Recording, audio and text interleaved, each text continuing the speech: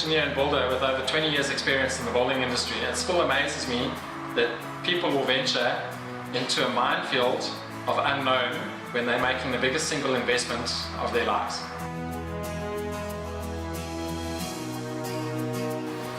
When coming to sign a quote or a contract with the client, we always recommend that you want something signed on the back of a cigarette box, which has got no details. You want to have VAT registered numbers if your contract is registered. It's just a case of records for you. You want legitimate copies of the letterheads. Quotes need to be presentable. You want contact details with the quote. You need to look at what sort of quality you want and what your budget is, and then try balance between what you've got as a budget as to what your requirement is. We can go give you a builder's warehouse kitchen, or we can get a professional kitchen company in that'll obviously give you all the bells and whistles. I'll give you the quality of the finish, but obviously everything comes at a price. Quality comes at a price. We say to clients, once a payment or a deposit's been paid to a builder, request a receipt from him. What it does is actually gives you a paper trail so that you can see for your own records that he's actually acknowledged that payment's been made to him. So there's no disputes coming back to you later on that he never received payment. You might have claimed that he did an EFT, but the money's not in his account.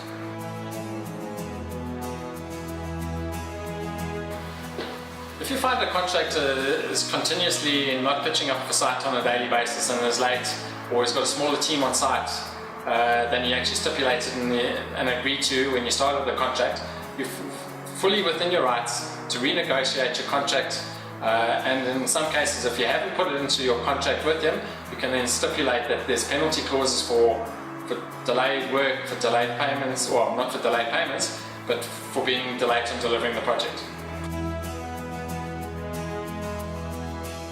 A typical example of looking at time is that when a builder comes to you and says to you he's looking at a 10-month building process, we would rather say to you budget for 12 months, because there are going to be delays, whether it be weather related or you need additional time because you've now changed the scope of works. It also gives you a bit of leeway and a bit of time to actually make sure that the quality of the build is up to your standards. So it gives you a little bit of time. Instead of pushing the builder to try and finish in that 10-month time and you hold him to the 10-month, rather budget an additional 2 months.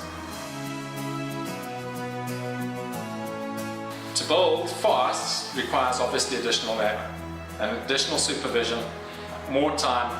So for us to, if a client comes to us with the requirement that we now need to build, take an example, a 450 square meter house in 7 months, it's not impossible, but there's a lot of things that actually then need to be required that are additional and over and the top. We need access on weekends, we've got to pay our guys overtime to work longer hours. We've done it in the past, but it adds to the overall cost at the end of the day.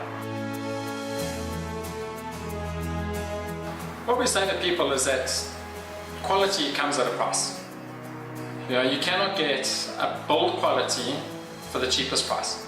So at the end of the day, and there's a very good Afrikaans term that says goedkoop is duurkoop, meaning very much that cheap is not necessarily the best option to go for.